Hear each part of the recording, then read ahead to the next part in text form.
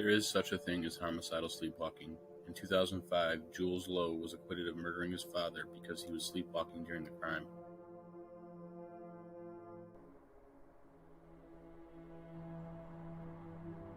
John Dillinger is shot and killed by FBI agents outside a theater in Chicago, Illinois.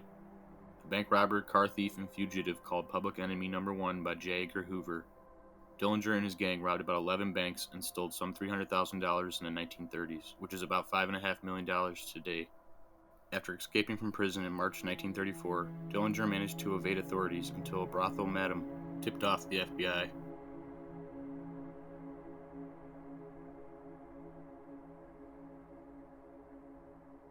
Pablo Escobar escapes police custody by breaking out of jail. Escobar was one of the most prolific drug kingpins of all time. Based out of Colombia, Escobar operated one of the largest cocaine distribution organizations in the world. Prior to his imprisonment, Escobar made a deal with the Colombian government to avoid extradition to the United States. As part of this agreement, Escobar was confined at a private prison. Once Escobar heard the government was going to move him to a state-owned prison, he fled. Escobar was on the run until his death at the hands of the Colombian police in 1993.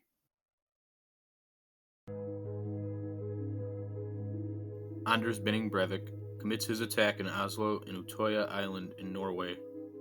Anders was a neo-Nazi who spouted anti-Islamic rhetoric and believed that Europe was being overtaken by a wave of cultural Marxism. He decided to commit acts of domestic terrorism by planting a car bomb in downtown Oslo near the government district of Norway, and fatally shooting 67 people who were attending a Norwegian Labour Party summer camp on Utoya Island. In total, 77 people lost their lives in the attack, and over 300 people were injured. Anders was sentenced to 21 years in prison, the maximum sentence in Norway.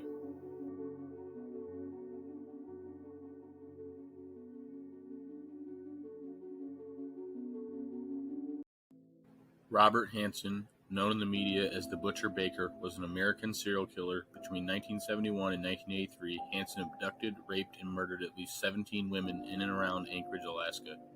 He hunted many of them down in the wilderness with a Ruger Mini 14 and a knife. He was arrested and convicted in 1983 and was sentenced to 461 years without the possibility of parole.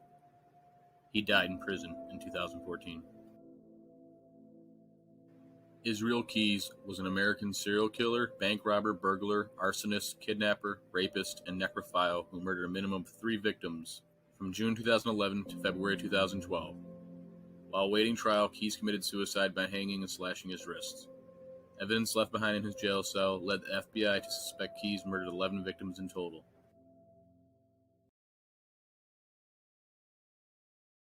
Oh, basically, I'm no different than anyone else. Billy Milligan, also known as the campus rapist, was a criminal who had his life so disturbed as a child that his mind fractured into 24 personalities. Every time he switched those personalities, his speech pattern, accent, and ways of sitting in a chair changed. In 1977, Billy raped 3 women, all from Ohio State University. During interrogations, he mentioned that he couldn't sense what was going on and he felt like he was talking to several different people at different times. Even lawyers and prosecutors saw him switching to different personalities in brief periods of time. Psychiatric reports clearly made the case that different personalities of actual people took over Billy's body, and so he unconsciously acted them out. Billy was found not guilty because of his multiple personality disorder. He was committed and sent to a series of state-run psychiatric hospitals. He was released in 1988.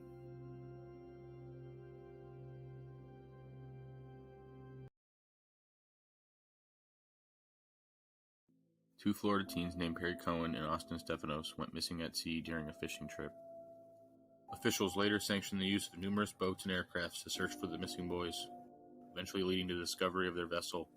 Sadly, despite some potential evidence of foul play, search efforts were called off a few days later, after it became apparent that they were unlikely to have survived. On July 24, 2015, Austin and Perry, both 14, set off on a fishing trip from Jupiter Inlet in Florida, but never made it back. Their capsized boat was later discovered about 99 miles or 160 kilometers off of Bermuda. Despite hundreds of boats and aircraft searching extensively for the two, there was very little evidence to be found anywhere. None of the leads proved to be helpful, and the search was officially called off after a week of no results.